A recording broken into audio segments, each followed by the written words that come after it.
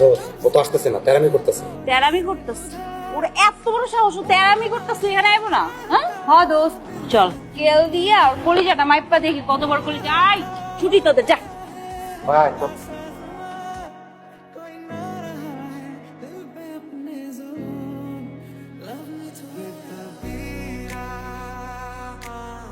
ও, ওনারা আসছিল আমাকে নিতে, আপনি রেখেছিলেন। সরি, আসলে আমার আসলে র্যাক পছন্দ না। ইয়ে আর কথা বলতে পারেন না? এই, সমস্যা কি তোর? পোলার সামনে তুই নেতাই গেলি, কোনো কিছু বলতে পারলি না। দোস্ত আমার না মানে গলা দিয়ে বেরোইতেছিল না ওর সামনে শব্দ। আমি কি করছি আমি? এটা আমার তো কিছু করার কথা ছিল না। ওরে মারার কথা ছিল তো। রাইট, মারার কথা ছিল, আমি পারলাম না কেন?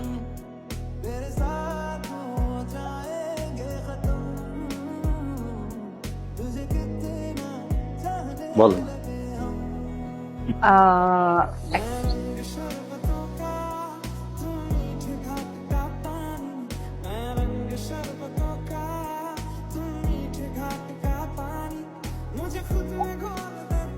মালটা কই কালকের?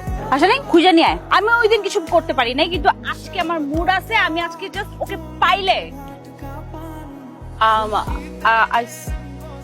আমি ওকে। এই, এটা কিছু হইলো বেটা? একটা পোলার সামনে কিছু কইতে পারছ না। আমার মেলায় মানে ছোটবেলায় একটা ভাই হারাই গেছিল, মামাতো ভাই, দেখতে একদম ওর মতো।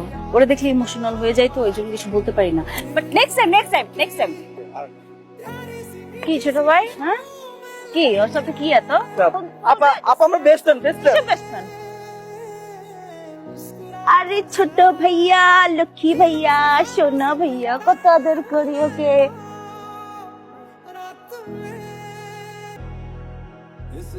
ম্যাম আসবো?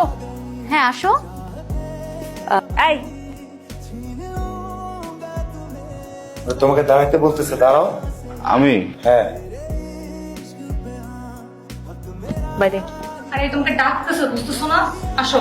ক্লাস চলছে তো, বাইরে কেন যাব? কি হয়েছে, কোনো সমস্যা?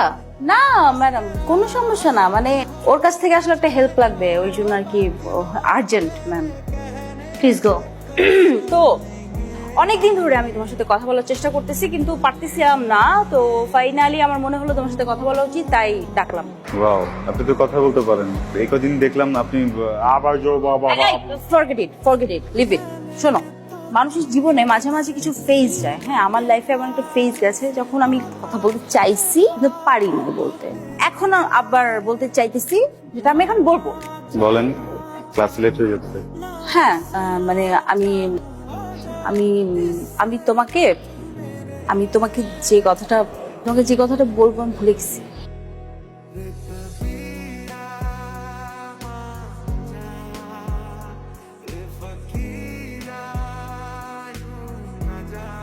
কি ইম্পর্টেন্ট কথা বলবেন? বলেন। আসলে আসতেছি কিছু করে, হ্যাঁ, কোথাও যেন আটকে যাচ্ছে। দেখেন, 2টা বছর হয়ে গেছে, প্রত্যেক দিন এইসব এক্সকিউজ শুনতে শুনতে না আসল কথা শোনা হচ্ছে না। আপনার ইম্পর্টেন্ট কথা না, বলছেন না কেন বলেন? আমিও তো শুনতে চাচ্ছি। আচ্ছা, সমস্যা নেই, যদি বলতে না পারেন ওকে, আমাকে লিখে দেন। এই শোনো, চুপ। হ্যাঁ, আমার তোমার কাছ থেকে শুনতে হবে না এসব। তাহলে বলেন, আপনি বলেন।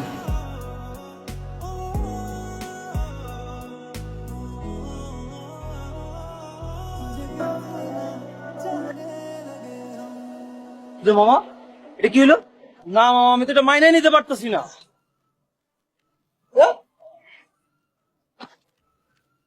কি হয়েছে? আমার জীবন থেকে 2টা বছর নষ্ট করে দিচ্ছেন। আমি কখনো আপনার জন্য শান্তিতে ক্লাস করতে পারিনি, ক্লাস থেকে বের করে নিয়ে আসছেন। আমি কখনো ফ্রেন্ডদের সাথে ঠিকভাবে আড্ডা দিতে পারিনি, যেখান থেকেও নিয়ে আসছেন। এগুলো ইম্পর্টেন্ট কথা? একটা ছেলেকে 2টা বছর অপেক্ষা করানোর পরে তার হাতে বিয়ের কার্ডটা ধরায় দিচ্ছেন, এটা ইম্পর্টেন্ট কথা? কথা বলেন না, তাড়াতাড়ি কেন?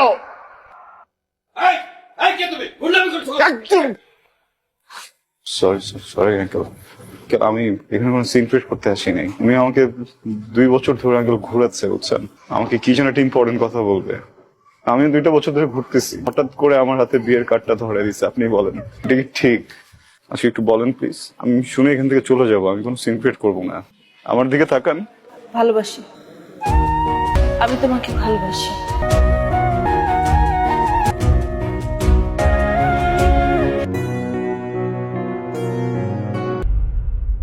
ইম্পর্টেন্ট কথা শুনলা তো না? ইম্পর্টেন্ট কথা শুনলা, বুঝলা, এখন চলে যাইতেছো। আমি কি করব? বিয়ে করবেন, সংসার করবেন, সুখী হবেন, এত স্টুপিড তুমি। ভালো থাকবেন। Okay fine.